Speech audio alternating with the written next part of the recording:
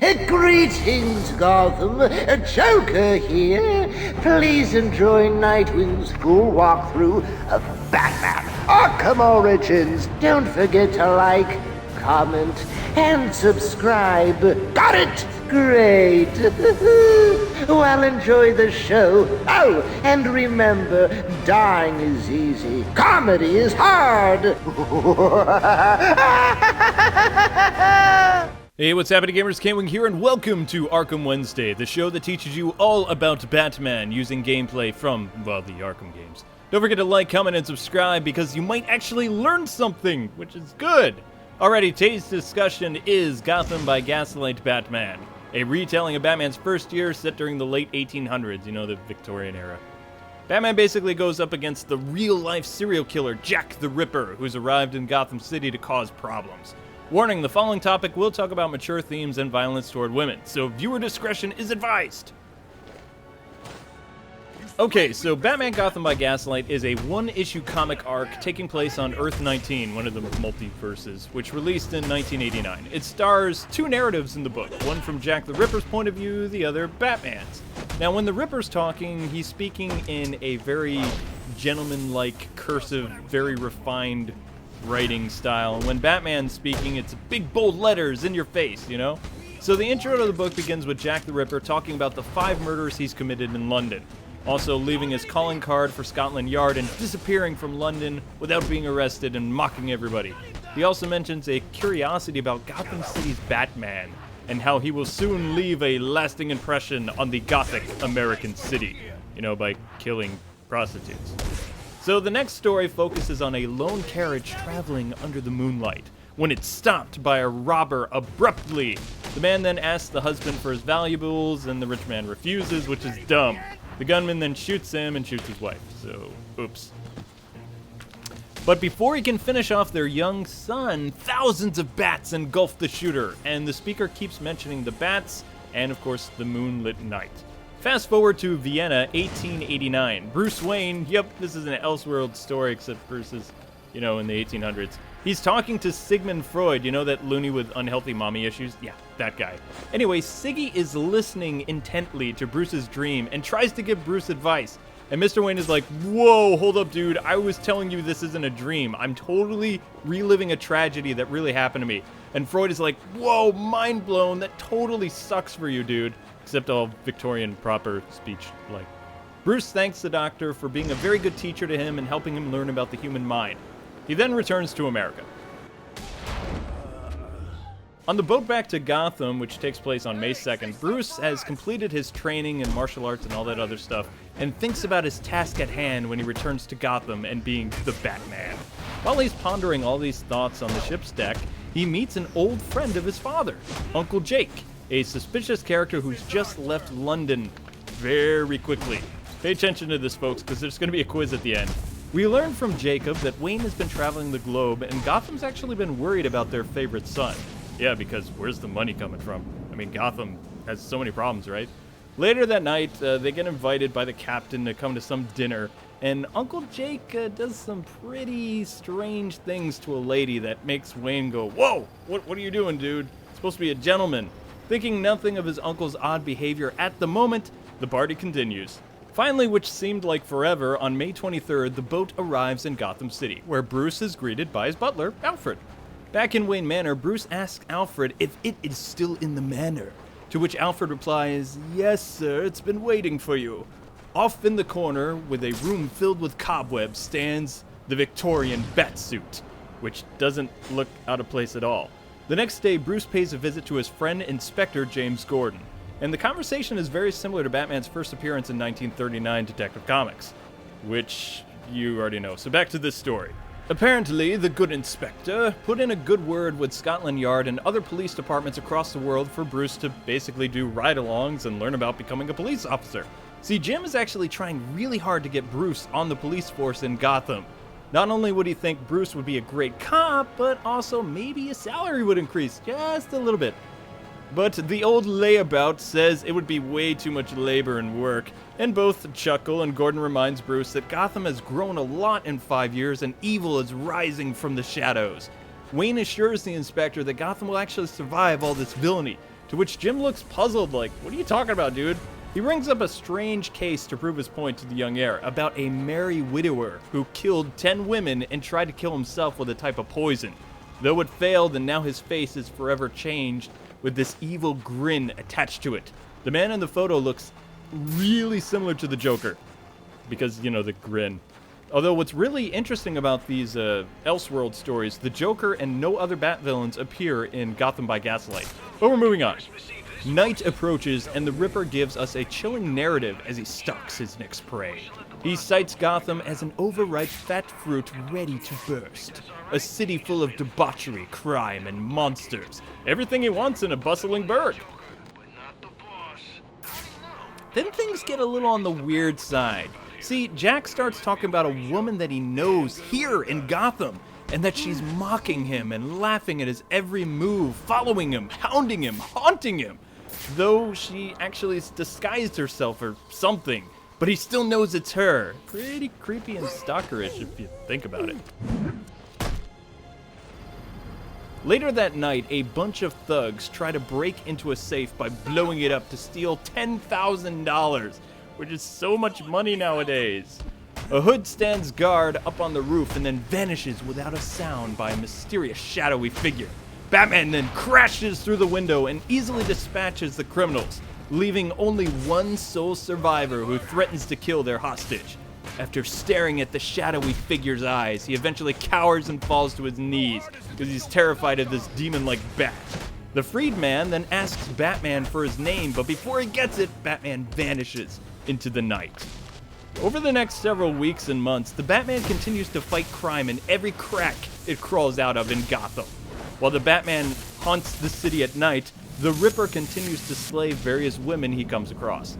Eventually, the press tries to link Batman as the woman killer, you know, so they can actually catch the guy, I guess.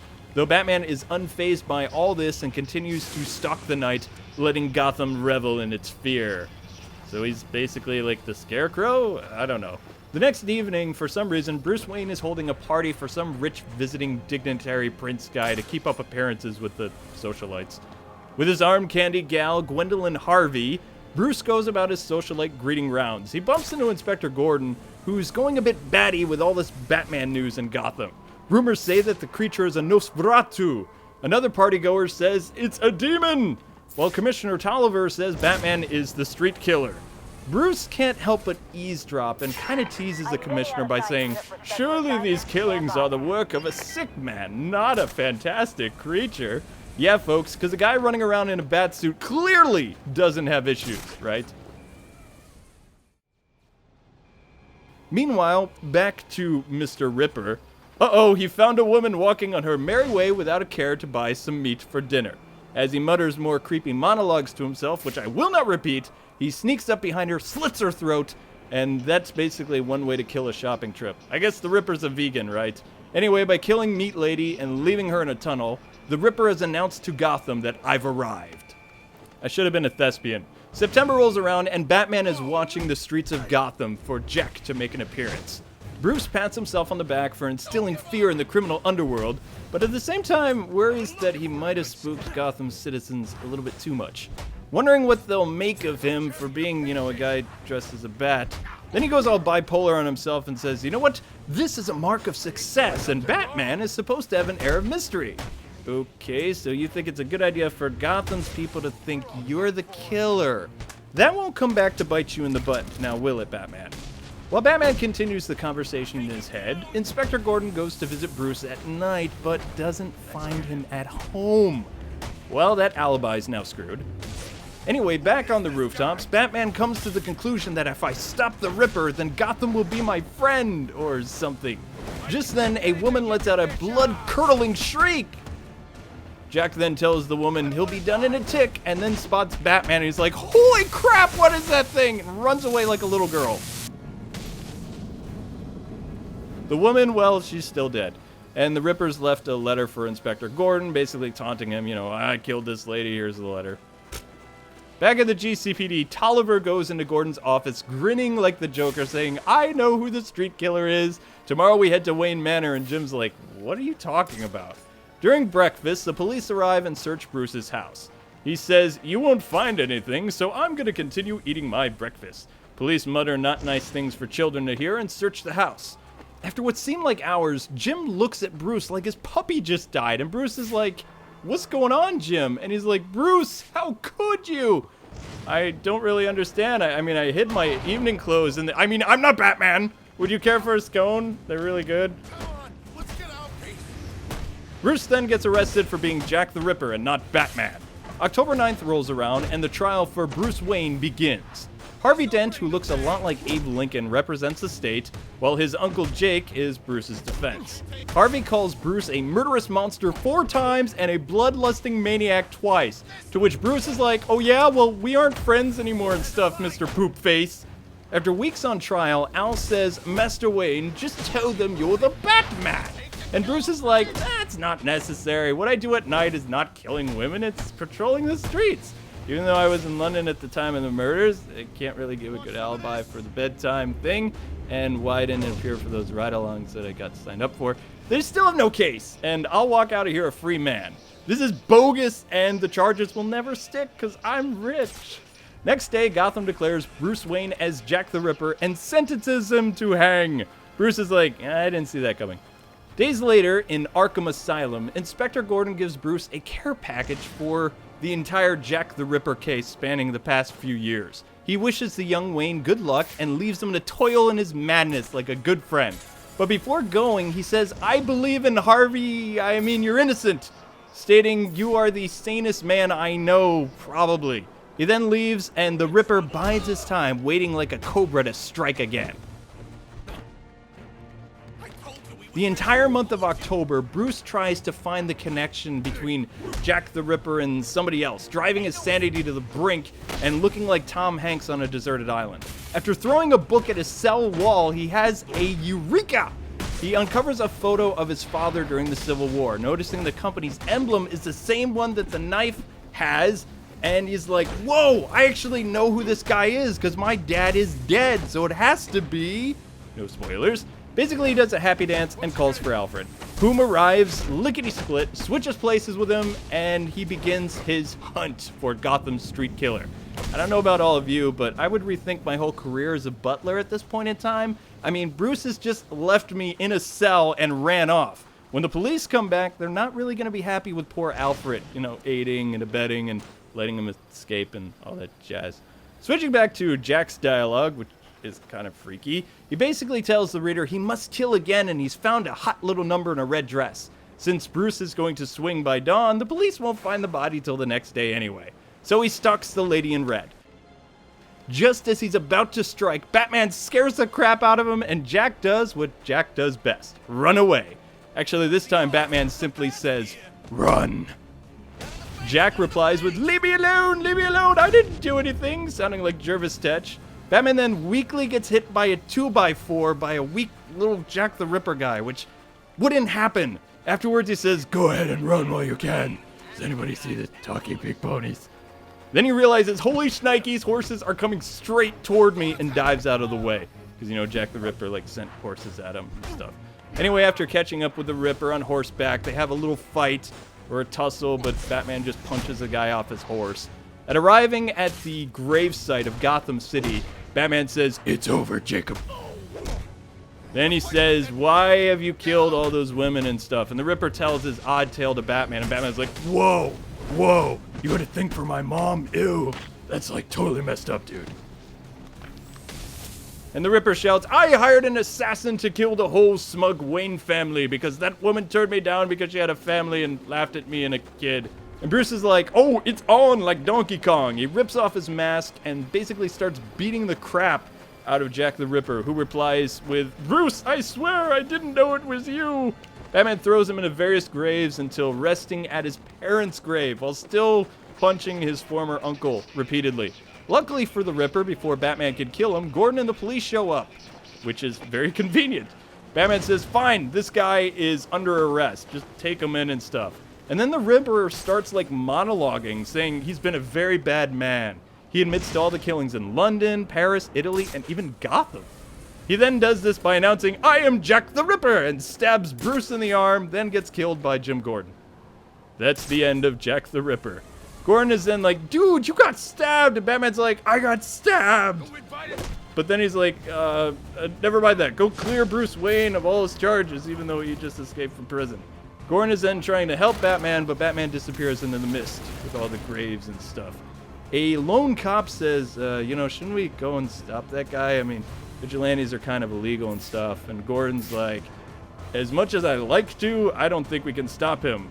Whether we like it or not, the guy is now the guardian angel of Gotham City. And everybody just kind of unanimously agrees. The end. I know what you're thinking. What happened to Alfred, though? You never find out until the second book, which doesn't really mean it's the end. In a bold move from DC Comics, this Elseworlds tale actually got a sequel in 1991, which takes place in 1892, I believe, or 1899. Anyway, the name of the book is called Batman, Master of the Future, and it also takes place on Earth 19. So this book opens up in the Batcave, showing Batman's improved cowl, which actually looks pretty cool. The next scene, Bruce is having a philosophical debate with a buddy at a boxing match, because that's a perfect place to have a debate with a buddy on, like, important issues, right? Later, after the boxer has defeated the other guy and he's looking for a challenger, Bruce, walks in, he pops his knuckles and takes the guy down with one punch like Mr. Dream would. Yeah, that won't totally arise the suspicions about who Batman is. Teddy is actually his friend, and it's not Teddy Roosevelt. At least I think it isn't. But, with all these different characters meshing, you don't really find out. The only thing that Teddy really tells the readers that is important at this point in time is that Bruce Wayne is engaged. Yep, Bruce is actually engaged to Julie Madison, that chick from Bob Kane's days. Anyway, Earth 19 Batman saved her from some ruffians as, the Dark Knight. But here's the kicker. She's actually in love with Batman, but not really Bruce Wayne. She's kind of marrying him for a social status thing, which is a twist because he actually hasn't told Julie that, hey, I'm Batman. Because we all know what Batman says. Hi, I'm Bruce Wayne. Will you be my girlfriend? So yeah, they have been in a relationship for many years and are preparing for just your traditional marriage thing, while Bruce still moonlights as Gotham's protector on the side. Though at the same time, he actually wants to quit being Batman so he can live happily with a girl, which isn't a bad thing, yet this story seems to be oddly similar to Mask of the Phantasm, which I have a problem with because pretty much it's identical, but more on that later. Gordon and Gotham don't really see much of Batman during this courtship and kind of worry that Gotham will be doomed without its watchful guardian. Also, they really don't want to do the work anymore, so having a vigilante do all this stuff for them, it's very easy to file the paperwork.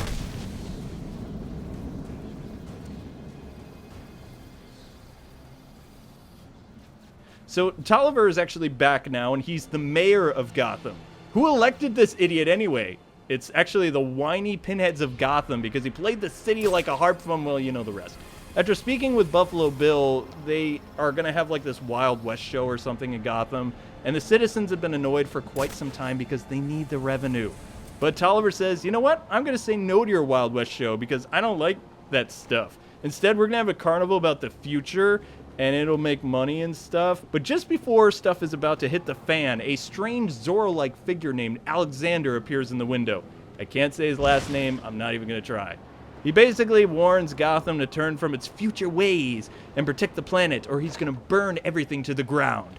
So yeah, he's your typical Greenpeace villain, Captain Planet!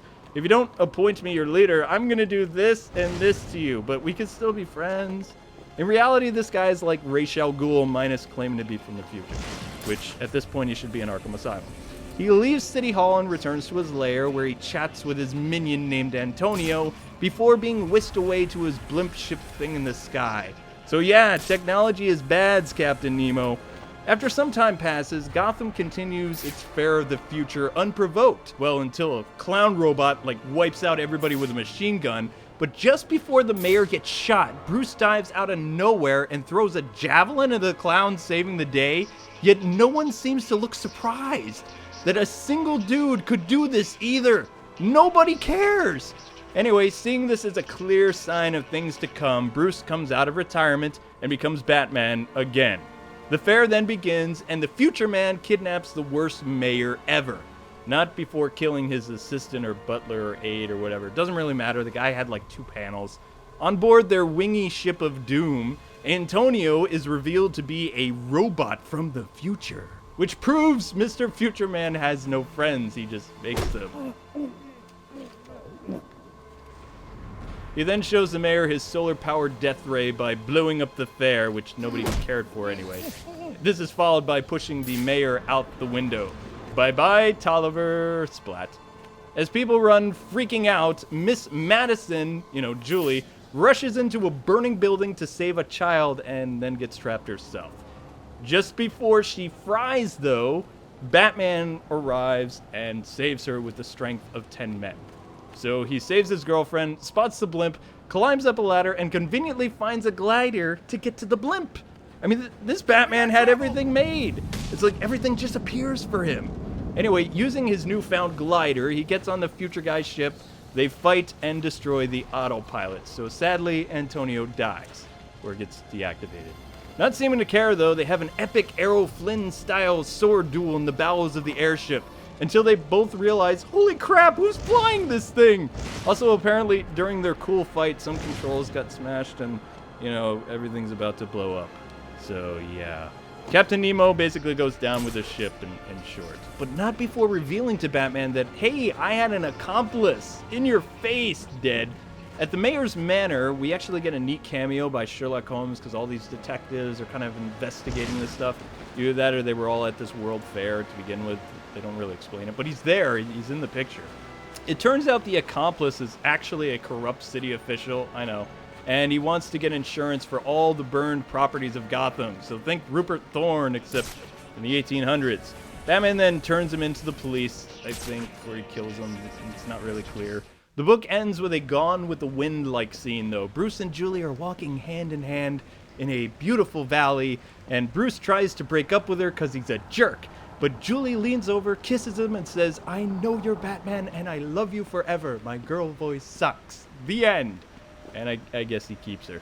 If anything, kids, we learned that Batman from the 1800s could still assault people in the face and come home to a lovely wife. That's awesome. This character actually did make some cameos in the DC universe later, but he's not really mentioned often. The only thing I can honestly remember is he had this fight against the Monarch and the Vampire Batman from Earth 43 or 40, I think it is. It's one of those multiverse countdown stories.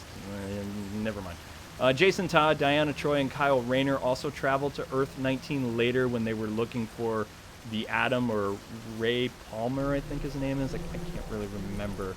And I don't remember if they met Batman, because I'm pretty sure he'd be dead at that point, because it takes place he'd be really old. His costume did have a cameo in the Brave and the Bold Sherlock Holmes episode, which I can't remember the name. When his suit gets torn, Etrigan summons a more fitting costume, which happens to be the Earth 19. So there's a little bit of trivia for you if you didn't know that. But that still isn't all this Earth 19 era Batman did. Before Rocksteady gave us Arkham Asylum, a steampunk-themed adventure game that looked very similar to Assassin's Creed starring Batman was going to be released. Actually, I have a clip right here, so we're going to look at this together. Alright, so the game was being developed by a company called Day One Studios. All their stuff they did isn't really important, but this was what their claim to fame was going to be. For whatever reason, the game didn't make the pitch.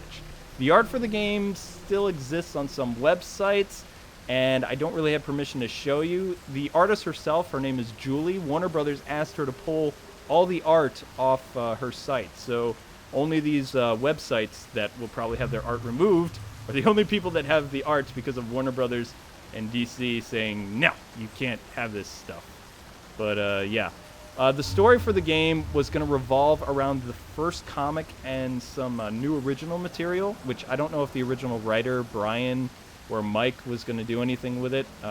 There's really not that much information whatsoever. But basically, players would walk the streets of Gotham at night and fight mutton-chop thugs, stop crimes, climb rooftops, solve Ripper murders, and eventually fight Jack the Ripper.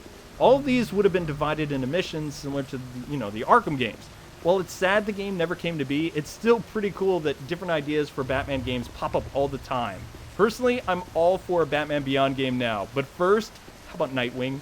I mean, even Nightwing playable in Arkham Knight, I'll give you that. But anyway, the one thing gamers remember the most about this steampunk game was the cape physics. I mean, seriously, just look at this. The way the Bat's cape moves is just so awesome. It's like it's alive. Anyway, I'm spent and I smell smoke, which means my brain is totally fried. So just so you all know, we have a few lore videos left to cover, but they might not air until after the Mr. Freeze DLC for Arkham Origins, which, yes, I'm covering.